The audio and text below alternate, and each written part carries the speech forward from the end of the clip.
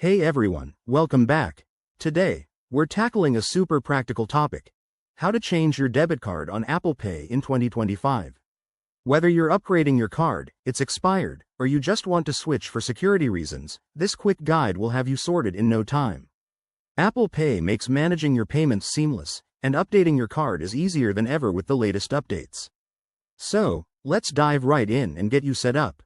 First things first, make sure you're on the latest version of iOS. Head to your Settings app, tap General, and then Software Update to check if everything's up to date. Once that's done, open the Wallet app on your iPhone. That's the one with the colorful wallet icon. If you don't see it, swipe through your home screen or use the search function. Now, in the Wallet app, find the debit card you want to replace. Tap on it to select it, and you'll see options like Card Details or Remove Card. Go ahead and tap Remove Card to delete the old one. Don't worry, this won't affect any transactions in progress, it's just removing it from your digital wallet. Apple Pay is designed to keep your info secure, so confirm the removal when prompted.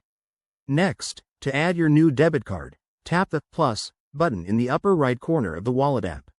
You'll be asked to enter your card details manually or scan it with your camera. Go with whichever is easier for you.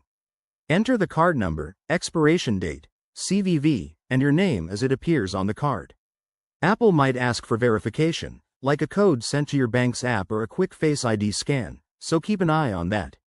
Once your new card is added, you can set it as your default payment method if you want.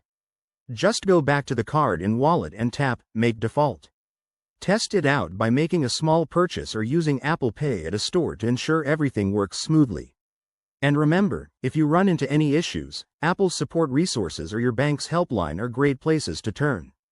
There you have it. That's how you change your debit card on Apple Pay in 2025.